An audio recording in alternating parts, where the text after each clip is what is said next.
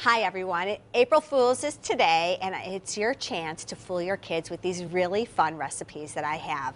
So the first thing you can make for your kids is you can give them for dinner cupcakes, and they're going to think you're the greatest mom in the world, but actually they'll be tricked because it's actually meatloaf and it's frosted with mashed potatoes and food coloring, and I'm going to show you how to make it. It's so easy. All I did is I used my favorite meatloaf recipe. What I do is I just mix turkey with a little bit of ketchup and a little bit of breadcrumbs, and the recipe's on the website so you can just check it out.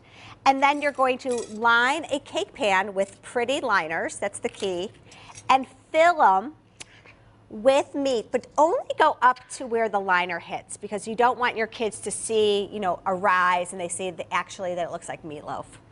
Then when you're done and you're going to bake it for about 15 minutes, you can frost it. All you're going to do is make mashed potatoes. You can make it out of the box, or I have a recipe for you.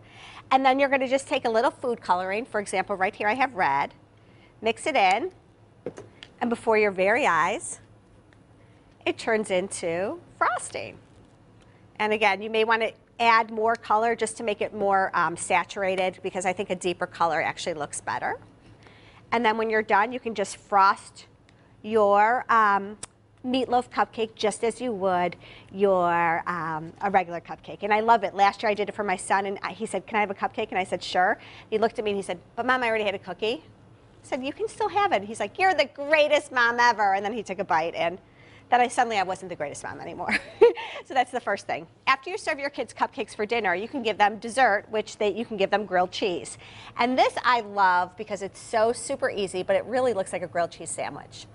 All it is pound cake, and you can just buy store-bought pound cake, and you just slice it into like about an inch thick or 2-inch thick pieces, and then toast it just like you would a regular piece of toast, so it gets a little bit brown.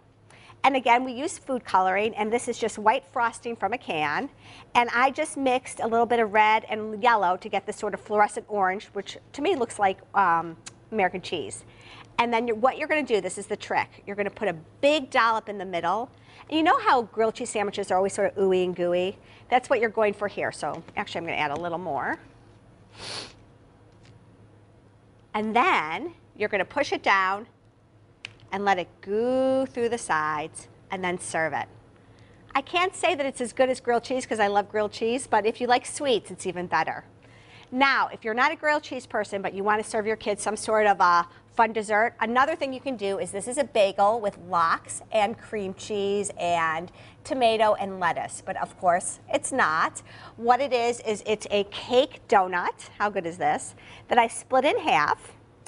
What you're going to do to make sort of like the nut topping is you're just going to take a little bit of honey and just spread it around. And these are toffee bits, and you can buy a Heath bar and just cut it up, you know, chomp it up, or you can even buy these in your baking aisle. They come in a bag. And you just sprinkle them around, and whatever doesn't make onto the bagel, no problem, you can eat it. The cream cheese spread is actually a cream cheese frosting. It's just powdered sugar, cream cheese, and vanilla. And again, I have the recipe right here on the web. And you're going to spread the bottom layer with the cream cheese. And this is a great frosting to use, you know, just in general when you're baking. And then to make your lox, what I used is these fruit rolls, because it's like that nice red shiny. And of course, we're going for show, so you want to make sure it sticks out on both ends. Then what I have is, I thought, you know, mango sort of looks like a little bit of like a tomato because of the consistency, maybe a underripe tomato or one of those yellow tomatoes. And then I use some green gummies, just to give the appearance of lettuce, and it gives a little bit height too. And again, you can go crazy. You can think of other things too. I have some green fruit roll too, which also could look like lettuce. Or you can think about, you know, what kinds of things do you like to put on your bagel. If you like capers, maybe you could use raisins, whatever you want. But then when you're done, I'm going to move all this out of the way so you can see. It's a gorgeous bagel. Ta-da! So happy April Fools. I really hope you trick your kids. And if you have ideas for other ways that you can make tricky foods, leave us a message. We'd love to hear from you. Maybe we'll feature it in a future segment. Thanks so much for watching. Have a great day.